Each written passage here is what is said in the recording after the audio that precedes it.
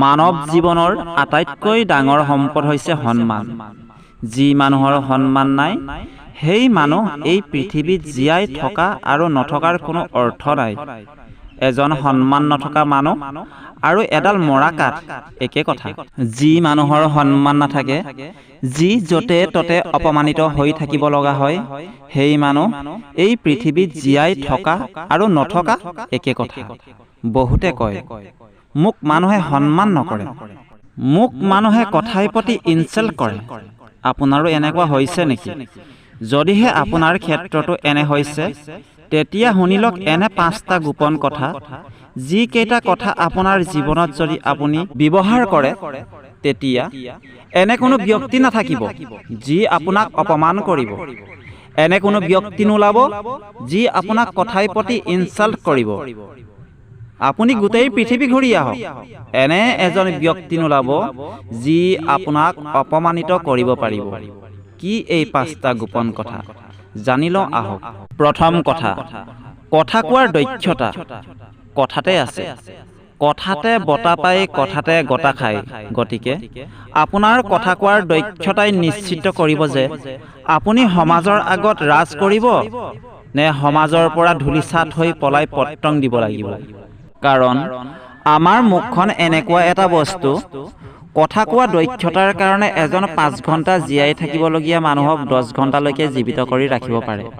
আৰু সেই একেজন মানুহকে যিজন মানুহ 5 ঘণ্টা জীয়াই থাকিব লাগিছিল, তেখেতক আধা ঘণ্টাৰ ভিতৰতো আপোনাৰ কথা কোৱাৰ দক্ষতাৰ কাৰণে মাৰি পেলাব পাৰে। আপুনি এতিয়া ভাবিব পাৰে, ই কেনেকৈ সম্ভৱ? ডক্তৰৰ ওচৰলৈ যেতিয়া জীৱনৰ অন্তিম পৰ্যায়ৰ লগত যুঁজ দি থকা এজন ৰোগীক নিয়া হয়, ডক্তৰে ৰোগীজনক চোৱা চিতা কৰি গাৰ্জেনক কয় যে এখেতক ঘৰলৈ লৈ যাওক আৰু আশা নাই। আৰু তেতিয়া গাৰ্জেনে কি কৰে? ৰোগীজনক লগালগ ঘৰলৈ উভতাই লৈ আহে। আৰু ৰোগীজনে তেতিয়াই গম পায় যে মই হয়তো আৰু জীয়াই নাথাকিম। তেওঁ ডিপ্ৰেছনত ভুগিবলৈ ধৰে, যাৰ বাবে তেখেতৰ সোনকালে মৃত্যু হয়। যদি ডক্তৰজনে ৰোগীজনকে ক'লেহেঁতেন, আপোনাৰ ভাল হৈ যাব, মই দৰৱ দিছোঁ, দৰৱখিনি লৈ যাওক আৰু ঘৰত গৈ নিয়মিত খাব, আপোনাৰ অতি সোনকালে ভাল হ'ব, তেতিয়া হয়তো সেই ৰোগীজনৰ সেই ডক্তৰজনৰ কথাখিনি মনত ভাহি থাকিল হয় আৰু ভালকৈ শুব পাৰিল হয়। অন্ততঃ 2-3 ঘণ্টা বেছিকৈ জীয়াই থাকিল হয়। সেয়াই হয়তো এটা কথা কোৱাৰ দক্ষতা। গতিকে কথা কোৱাৰ দক্ষতা সদায় ভালে ৰাখক, তেতিয়া নিশ্চয় আপুনি এজন সন্মানীয় ব্যক্তি হৈ জীয়াই থাকিব পাৰিব। দ্বিতীয় কথা, দ্বিতীয়তে আপুনি নিজেই নিজক সন্মান কৰিবলৈ শিকক। কাৰণ যি নিজেই নিজক সন্মান কৰিব নাজানে, তেনে ব্যক্তিক আন কোনো ব্যক্তিয়ে সন্মান নকৰে। গতিকে আপুনি নিজেই নিজক সন্মান কৰিবলৈ শিকিব লাগিব। আপুনি কেতিয়াবা আপোনাক নিজকে সুধি চাবচোন, আপুনি আপোনাৰ জীৱনটোক কিমান ভাল পায়? এনে বহু ব্যক্তি আছে যি নিজে নিজৰ জীৱনটোক পচন্দ নকৰে, যাৰ বাবে ফেচবুক বা হোৱাটছএপত ষ্টেটাছ দিব লগা হয়। আপুনি কেতিয়াবা সুধিছেনে আপুনি আপোনাৰ জীৱনটোক লৈ কিমান সুখী? এনেকৈয়ে কেতিয়াবা নিজেই নিজক এনেকুৱা প্ৰশ্ন সুধি চাবচোন আৰু সেই প্ৰশ্নবিলাকৰ উত্তৰ নিজৰ মাজতে বিচাৰি চাবচোন। তেতিয়া আপুনি ভাবিব, নিজক সন্মান কৰিবলৈ মই কি কৰিব লাগিব? নিজক সন্মান কৰিবলৈ কিছুমান আপুনি নিজেই নীতি বনাই ল'ব লাগিব। তেতিয়াহে আপুনি নিজেই নিজক সন্মান কৰিব জানিব।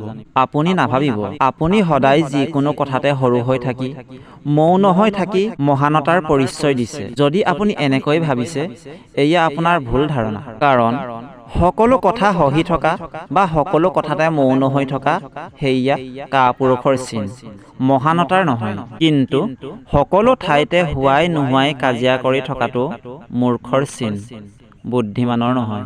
বুদ্ধিমান সেইজনহে যাৰ সকলো কথাৰ উত্তৰৰ মাজত স্বাভিমান দেখা পোৱা যায়। যেতিয়া কোনো মানুহে আপোনাৰ লগত বেয়া ব্যৱহাৰ কৰে, যেতিয়া কোনোবাই আপোনাৰ মূল্য বুজি নাপায়, আপোনাক যেতিয়া সময়ৰ মূল্য তেওঁ নিদিয়ে, যিয়ে আপোনাক কোনো ক্ষেত্ৰতে সন্মান নকৰে, তেন্তে আপুনি শীঘ্ৰেই সেইজন ব্যক্তিৰ পৰা আঁতৰি যাওক।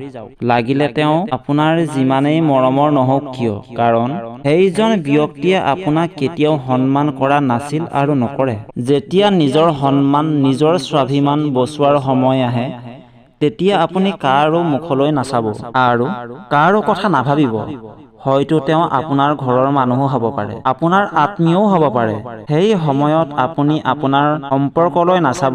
এটা কথা সদায় মনত ৰাখিব, যেতিয়া নিজৰ সন্মানৰ কথা আহে তেতিয়া কোনো সম্পৰ্কই ইয়াক ঢুকি পাব নোৱাৰে। তৃতীয়তে হ'ল উপস্থাপন। আপোনাৰ উপস্থাপন কেনেকুৱা? আপুনি নিজকে সমাজত কিদৰে উপস্থাপন কৰিছে?